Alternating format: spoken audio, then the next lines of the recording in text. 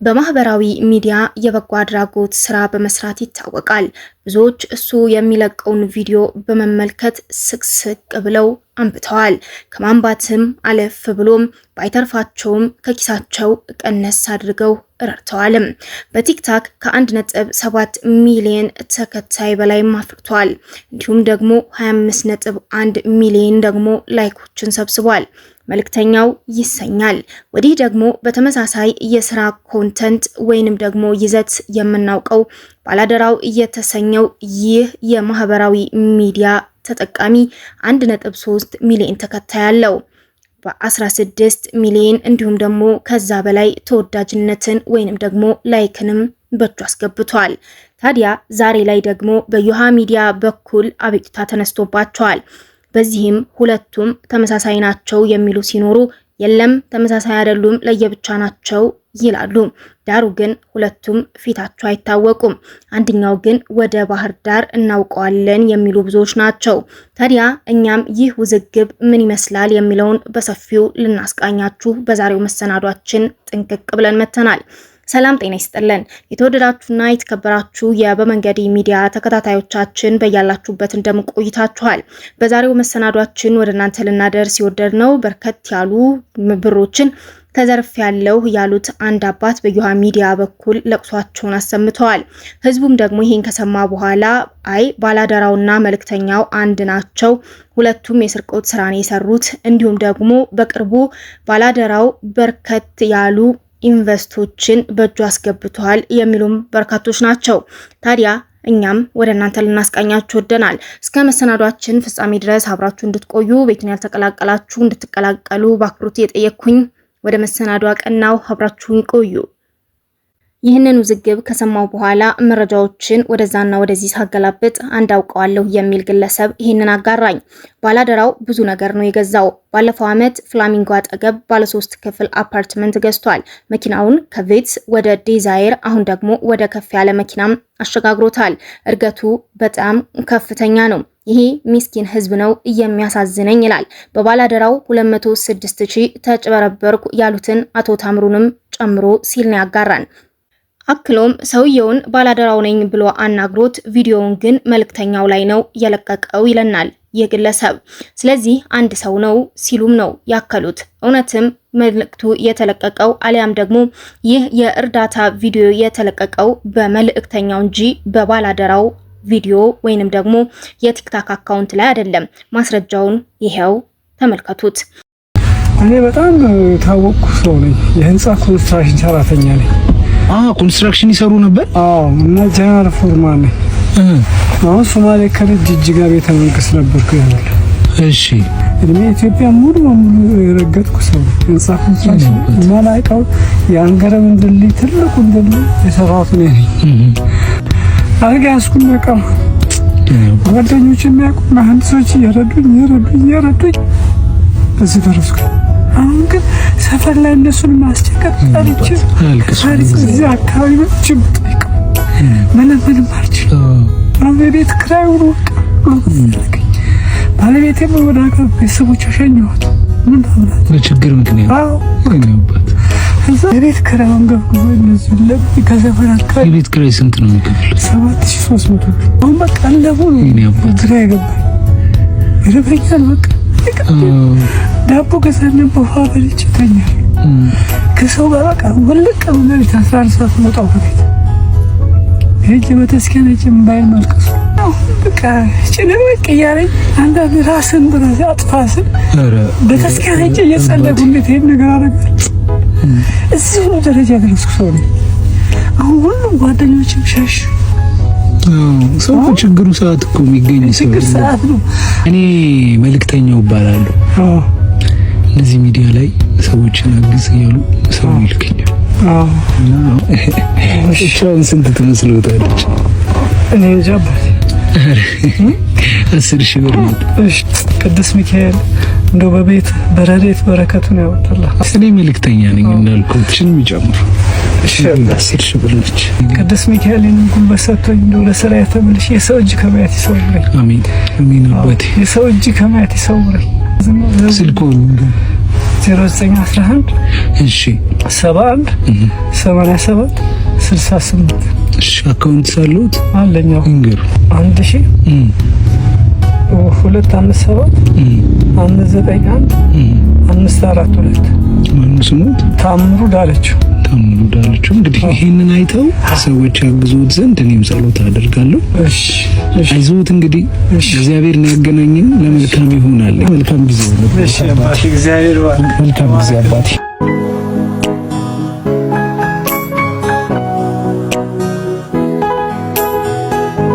ስለዚህ አንድ ሰው ነው። ሲቀጥል በባላደራው ረድቶት ከሱ ቀጥሎ ሌላ ሰው አጭበርብሮታል እንዳይባል ደግሞ ባላደራው መኪና ውስጥ ለሰውየው በሰጠው ስልክ ነው እያናገሩት የነበረውም እውነት ነው። እሱም 100% እርግጠኛ ነኝ ባላደራውና መልእክተኛው አንድ ነው ወይንም ደግሞ አንድ ናቸው። ሁለቱም ተስማምተው ነው የሚያጭበረብሩት አሊያም ደግሞ የሚሰሩት።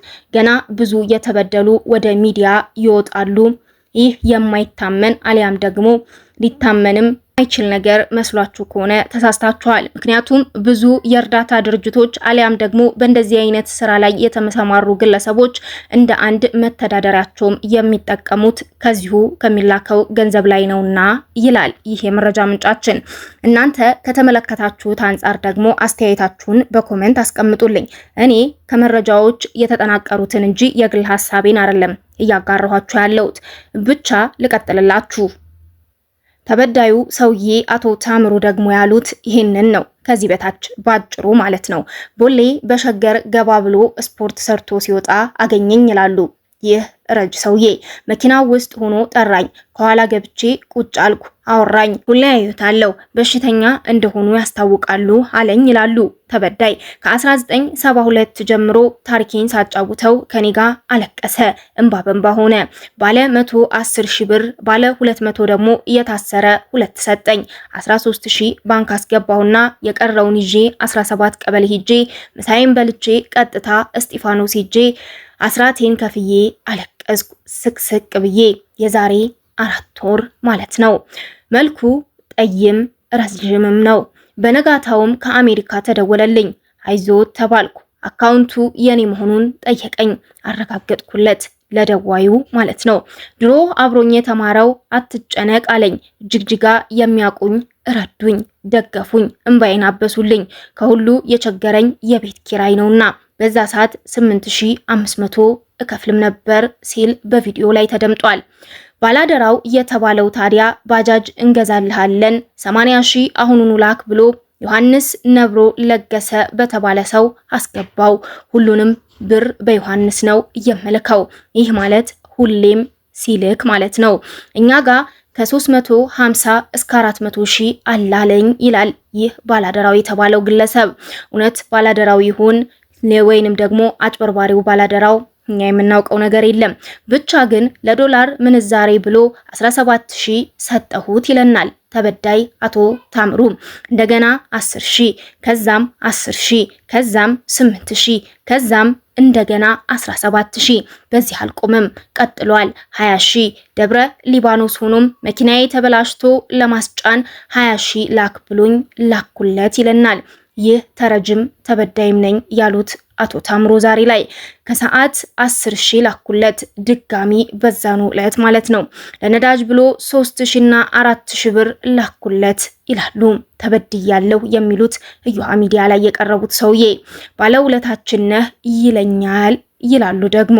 ብቻ በእኔ አካውንት ወደ 260 ገባ። ያ ማለት 260,000 ማለት ነው። 260 ብር እንዳይመስላችሁ ወገን።